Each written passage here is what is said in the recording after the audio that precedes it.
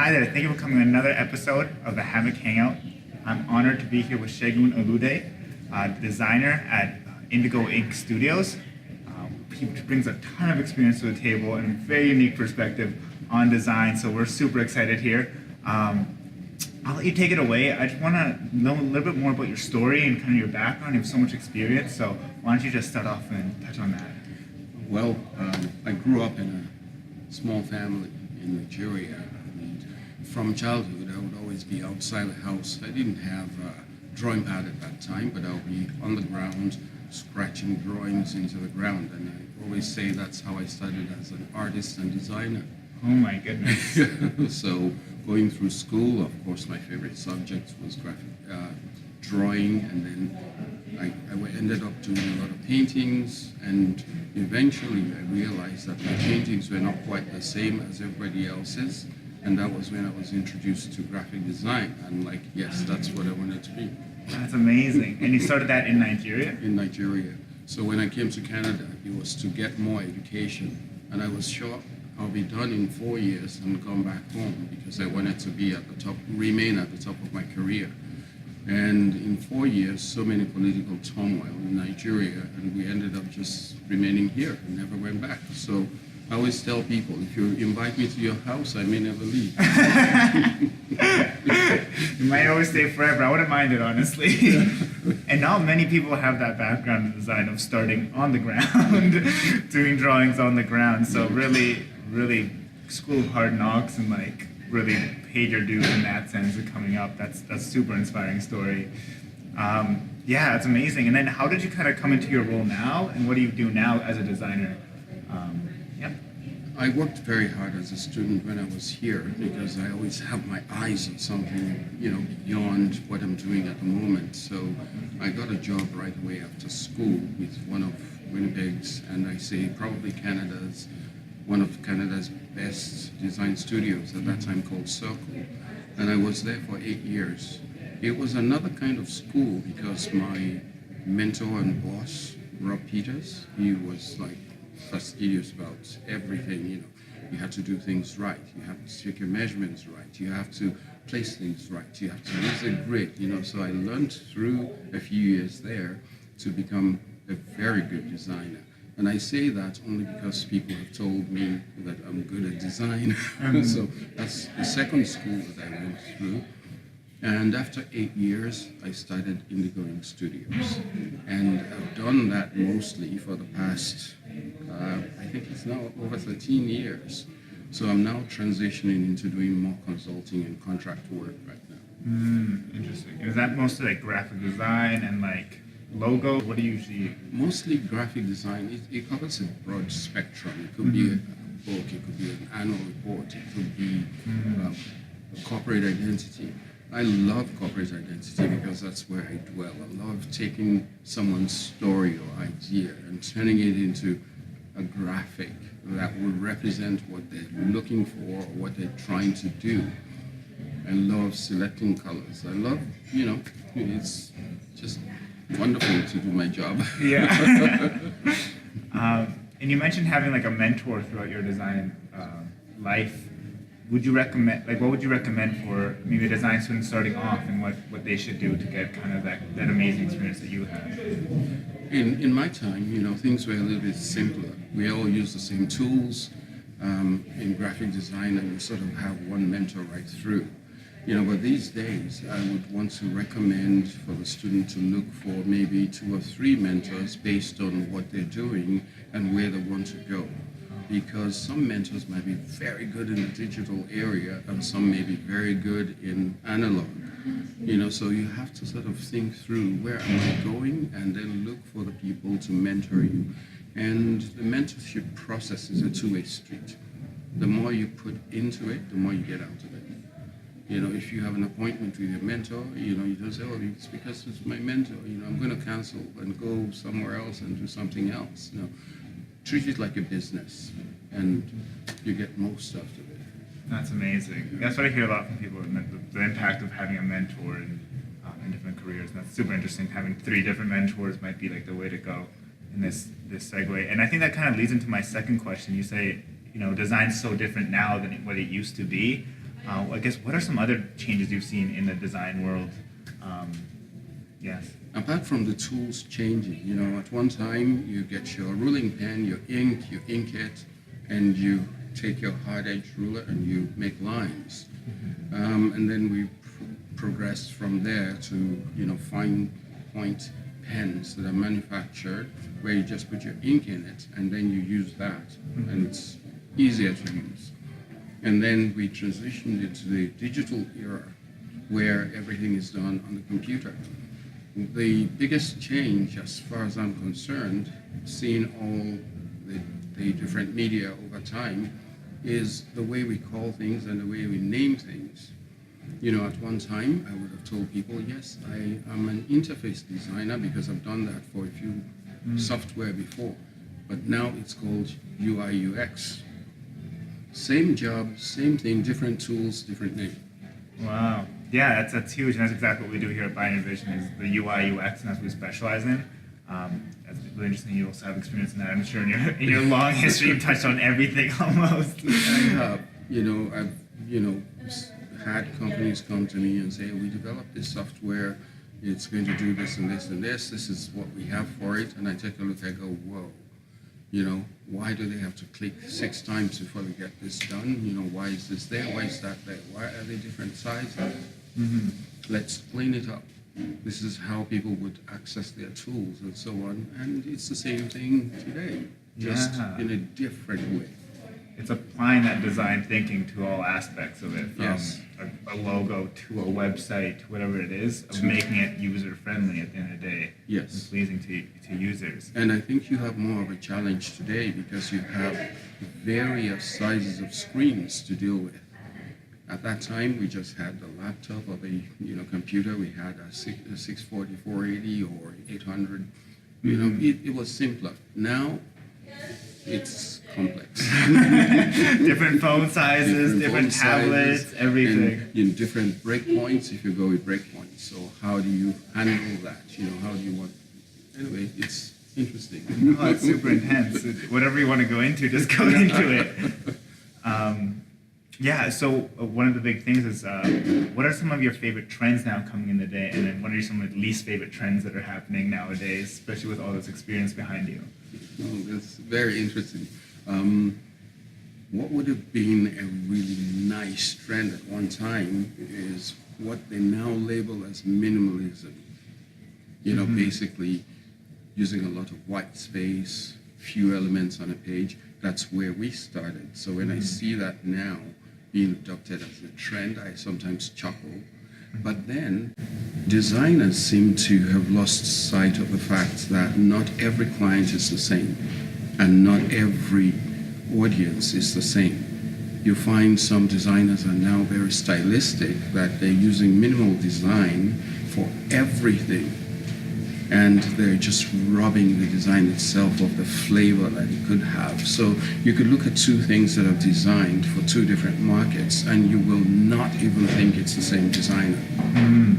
Because you think of the audience. How are they going to see it? What kinds of colors are they predisposed to like? Do they use patterns? Do they not use patterns? You think about all those things. Where is it better for me to just use photography and very little design? I don't have to design everything. Some designs naturally come out of the message.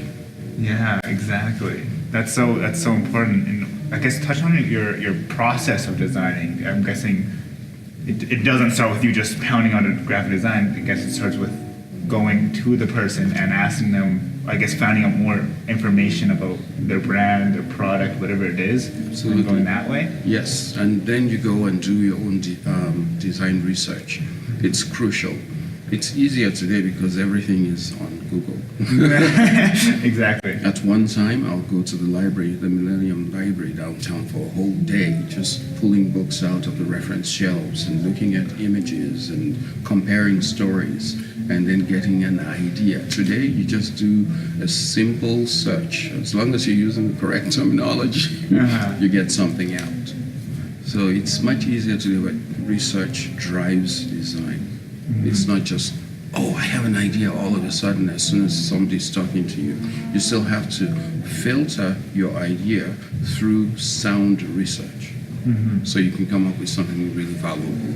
Yeah, no, I think that's super key, and especially with more research coming out and all this data now we have on users, especially looking into like user experience or user interface. You can now track everything about a user, and knowing how to use that data to improve your design, I think is becoming more and more crucial in the design world.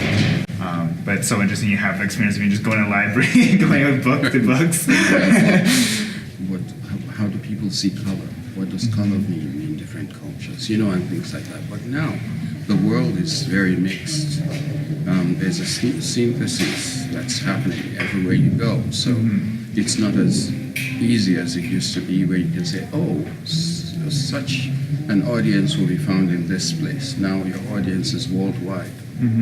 Exactly. Can you give us an example of maybe a design you saw a story for, and then you took aspects of that to make it, like put it into the design? I'm actually working on one right now for a community group where, because they represent people from different cultures in one particular continent, naturally I thought, oh, I have a solution for them.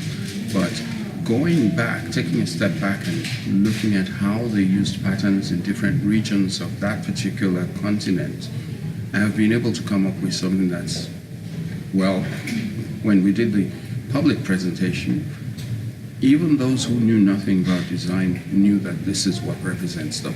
Oh, wow. So I'm very proud of that, and I can't wait for the full public release. You're gonna have to let us know. That's I will. So cool. That's super exciting. Very proud of that one. Well, I'm very excited to see it as well. So I saw a little bit, so you have a bit of a background in teaching as Yes. well, and within that teaching I saw a bit about design theory. Can you tell us a little bit about design theory and how does it apply to the average designer? Yes. Like you said, I've had the opportunity and privilege to be a sessional instructor for over 10 years at the University of Manitoba. Wow. I also do substitute teaching at MITT, the Manitoba Institute of Trade and Technology. And when we go to Nigeria every year, I speak at universities and polytechnics about design. It's always about the principles of design. I came to this one day when I realized that, children, when they're in primary school, they learn the simple methods of arithmetic, math, and it grows with them as they go through their life. So when they get to university, they have a basis for mathematics. Design is not the same. It's almost like we've said design is for a specific number of people who are talented or creative people. Who's not creative? Everybody's creative. Everybody needs to use design. So I've gone through a study where I was able to bring out what are the basic principles of design from, of course, other things that people have written about before, to now say, okay, everybody on this planet should at least know these principles of design. One of them, for instance, is figure-ground relationship. You could have a very clear figure-ground relationship, like in your signage. When you're driving, you see your sign, you see an arrow. That arrow is your figure over the background. You see the symbol of the man walking across the road is a figure over the background, and that's road sign. And then we go into ambiguity, where you could use that same principle and make things a little confusing, for interest. That's going into the area of arts, when you start playing with it that way. And then let's take another principle, alignment. When you're doing your Word document, you could have left aligned, right aligned, you have a centered arrangement. But let's apply it to real life. We have a wall that's in our bedroom, and the intercom is on that wall, and the alarm is on that wall, and we have the alarm panel on that wall. And every day I keep looking at this. I wish that the people who came to install those things over time had learned about the principle of alignment. Right now, they're just all over the place. If they knew about alignment, they would have come in, aligned one of the edges, to the other item that was there. So you have something that looks good to the eyes instead of this haphazard arrangement that's on that wall. So little principles like that apply to everyday life. So when we talk about design, we're not only talking about graphic design, we're talking about every kind of design. And I know it's in architecture, it's in interior design, it's in all sorts of design. So we all must learn those. That's so huge. And do you think it should be applied into like our elementary school schooling and things like that as well? Absolutely. Let's start to teach it when people are still young, because some of these people are not going to be designers when they grow old, but they're going to become entrepreneurs. They're going to become managers. They're going to become people who have a better sense of what is supposed to be design. You know, we need to have design literacy in our blood. Yeah, that's an amazing perspective of actually bringing design into schools and how it affects every discipline. Every discipline. And that is really, really interesting. And I guess shifting the conversation, because we do so much website design or app design, what do you think is the importance of that design when it comes to designing a website? You have some experience with that, or designing an app application? You know, everything now is going more the way of ergonomics, because we have small devices that we have to hold in. You know, for instance, my hands are proportionally large. They don't compare. And I'm holding a small device, so I've learned to type really fast with 2 thumbs. That has a huge impact on the design right off the bat.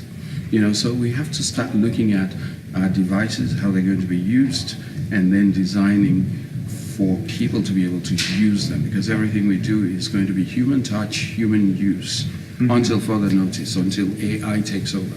Yeah, exactly. No, we don't touch anything. Everything's voice command. Exactly. I'm waiting for thought command. Thought command. No more designers. Everything just comes in. That's an extremely interesting perspective as well. And I guess just moving forward, what are some of the biggest mistakes you see companies making when they design a website, or really just design a logo or whatever you see them designing? I could use a real life example. In one case, one of the few failures that I ascribe to my name. I say it's a failure because of what the company ended up with. From day one, they had their eyes set on certain type of design, which, let's say, would have been maybe okay for a fashion shop, but not an engineering shop. But they insisted on having this thing that was just totally not suitable for engineering. And design after design after design, one particular person in the group was like, no, until we had to sort of draw the curtain, and they ended up using what they had drawn themselves. That's why I call it a failure, because I couldn't convince them anyway. So I see mistakes like that all the time, where companies hire clever designers, brilliant people, and then they impose their own thinking over the design, rather than say, hey, you're the designer, you should know what you're doing, give us what will work. And that is where the designer also has to know what they're doing and give them what works.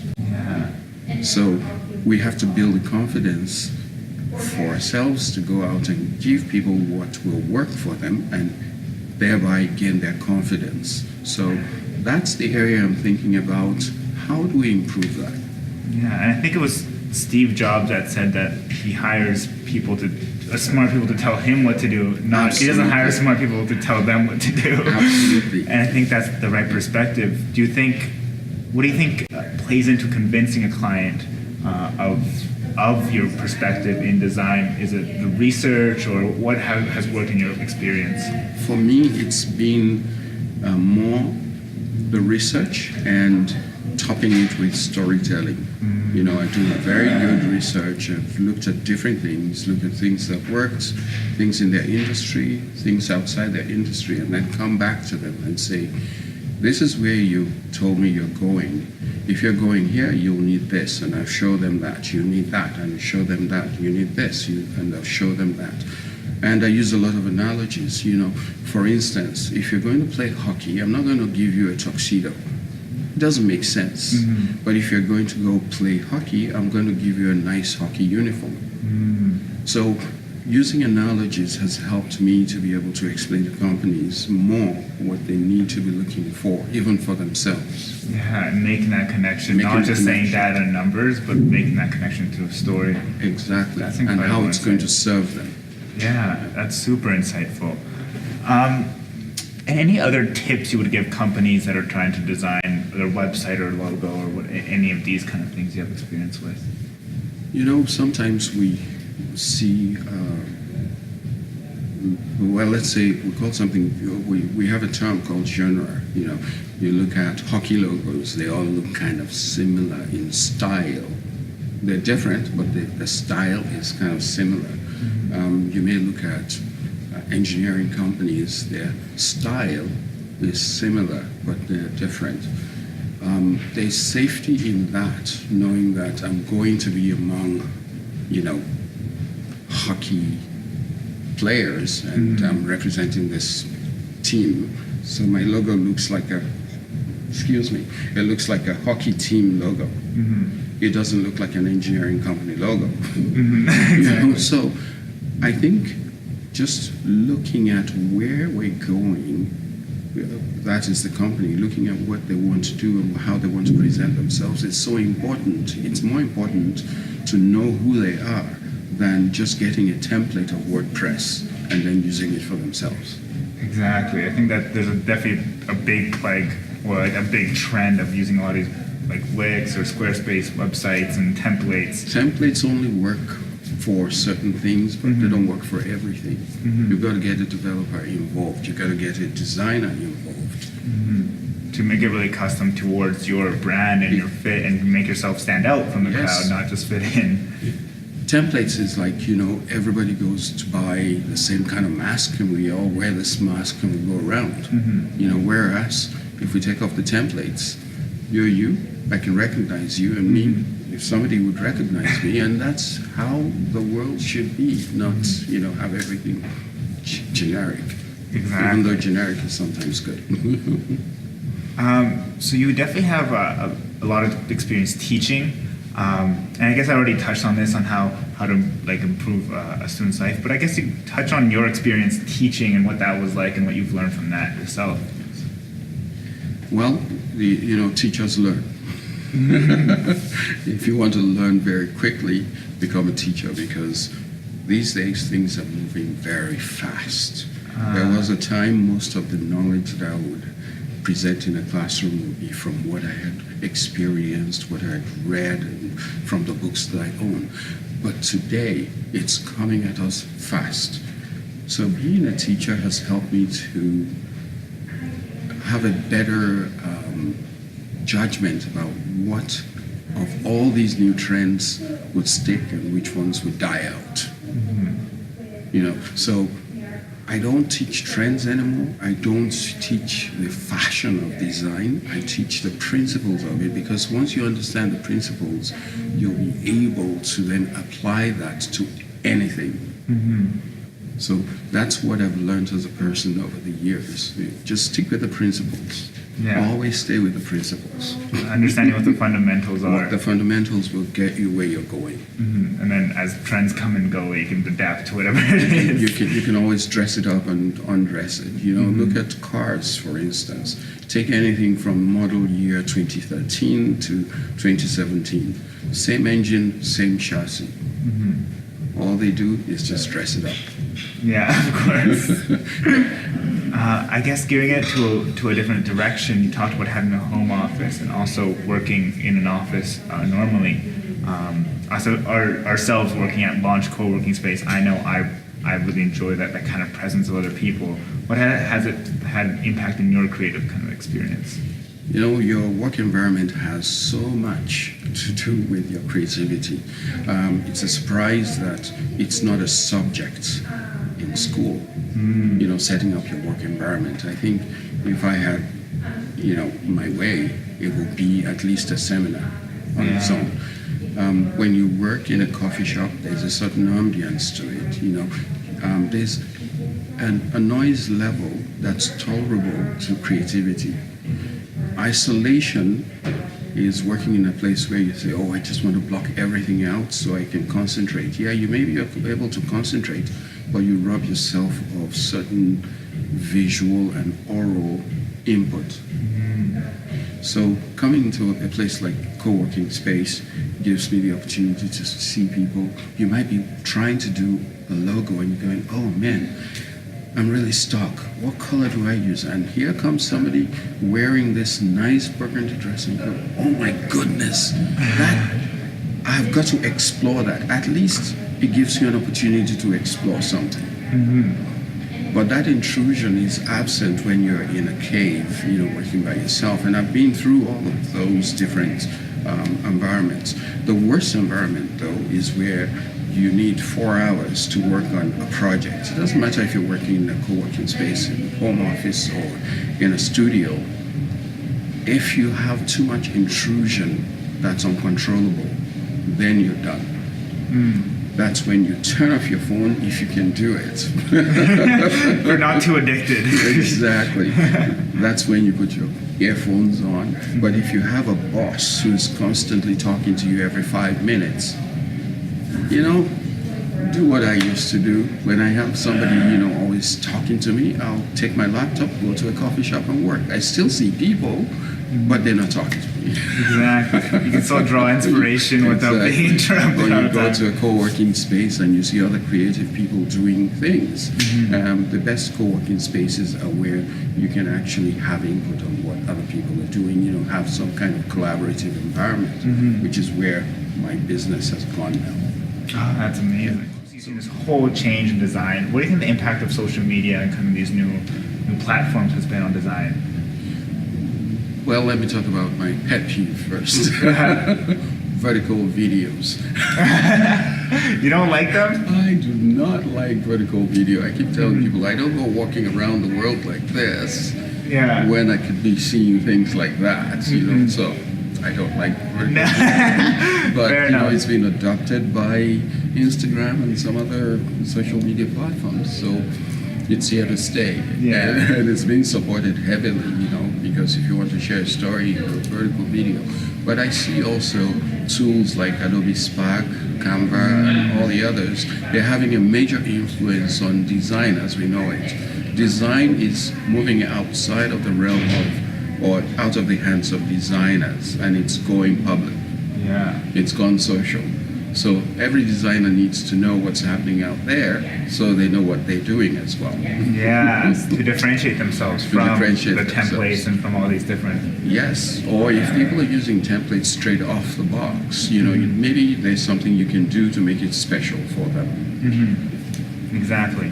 And I guess the last thing we really want to touch on, when you came in here, you came in and showed me the book you self-published. It's an incredible book. I was blown away. Why don't you touch on that? Tell us a little bit about your book, and people can get it at the end of the day. I'll get that out of the way. This is the book, if you can see it, it's about the culture and language of the Yoruba people. I am Yoruba by birth and came here, and I'm also Canadian. So it's like a synthesis of some of the things that I've learned. The book itself and the design of it comes out of my training here as a designer. So the form of the book, is informed by my training here. Do you want to show it up, maybe? Yeah. All the photos that you see in the book are all my photographs. Over 560 photos in 200 pages. It's basically talking about how the people live, what are they wear, the language they speak, and all the aspects of culture that seems to be dying. Because today, the Western idea of culture is basically changing everything else. So this is my attempt to record and make sure that people record their stories before it's too late, before we forget everything. And that leads me to the new buzzword in design called deculturalization and, decolonization, not deculturalization. You want to culturalize and decolonize. Basically, we had periods in our history where people came from somewhere else and imposed their culture on us. So now why don't we go back and look at what the culture was like and try and retain some things. One of the discoveries I made while writing the book is about palm oil. Palm oil is something very common in Africa. They've used it for generations. Here's a photo of it, for those who don't know what it looks like. Now it's so interesting. Palm oil is used for cooking, it's used on wounds, it's used when you have a cough, you add a little bit of salt to it and you take it, it's like your cough mixture. And after a while, we were told, oh, too much cholesterol in palm oil, you should stop using it. And people started using other kinds of imported oil. And now they're finding out, wait a minute, there are some properties in palm oil that really is helpful to the human body. So that's always classic. So if we had lost that knowledge, that would have been a waste to us. So the way we weave our clothes, the kinds of colors we use, the way we name colors, and how, the environment influences the designs we make. For instance, these are fabric designs. You can see this one with a spiral shape. I put this picture of a centipede next to it just to show where the ideas come from. So everything that they do comes from nature. And they live so close to the land and everything. But technology is changing that. We don't have to lose our stories, though. Yeah, 100%. I think the concept of decolonization of design is something so unique that never crossed my mind, but I see it now where design's probably been super influenced lately or in the past hundreds of years through the Western influence of them coming in, and now what you're trying to do is bring out the story, like the design features that they had before the colonization. Yes. I show this page, for instance, you'll see how the typeface that I designed, there's a pattern on it. It's another way of decolonization. You still use writing, so you can't get away from technology. You cannot get away. In fact, I'm not encouraging you to leave technology alone. I'm just saying be more intentional when doing design. If you see the magazines that I've designed for Canadian audience, they're very different from some of the work that I do for more ethnic groups. So we've got to become more aware of those things. But if you want a copy, you can get it at McNally Robinson. They have it online. They'll ship anywhere in the world. Awesome. What's the name again? It's Iton Ati Asha Ibira Yoruba. Go with the English title, which says the Yoruba narrative in words and images. Yoruba narrative. Yoruba narrative in words and images. You can see that. That's perfect. That's amazing. Yeah, I definitely recommend anyone to go check out that book. Thank you so much, Segun. Thank you. It's amazing to have you here. And it's been a blast and so much knowledge and so much wisdom in design, life, and culture. I definitely hope to see you around again. And I always say to younger people like you that have seen my replacement. I don't think I'll replace you anytime soon, not with my design skills. But thank you so much. Until next time, thank you for tuning in. Thank you.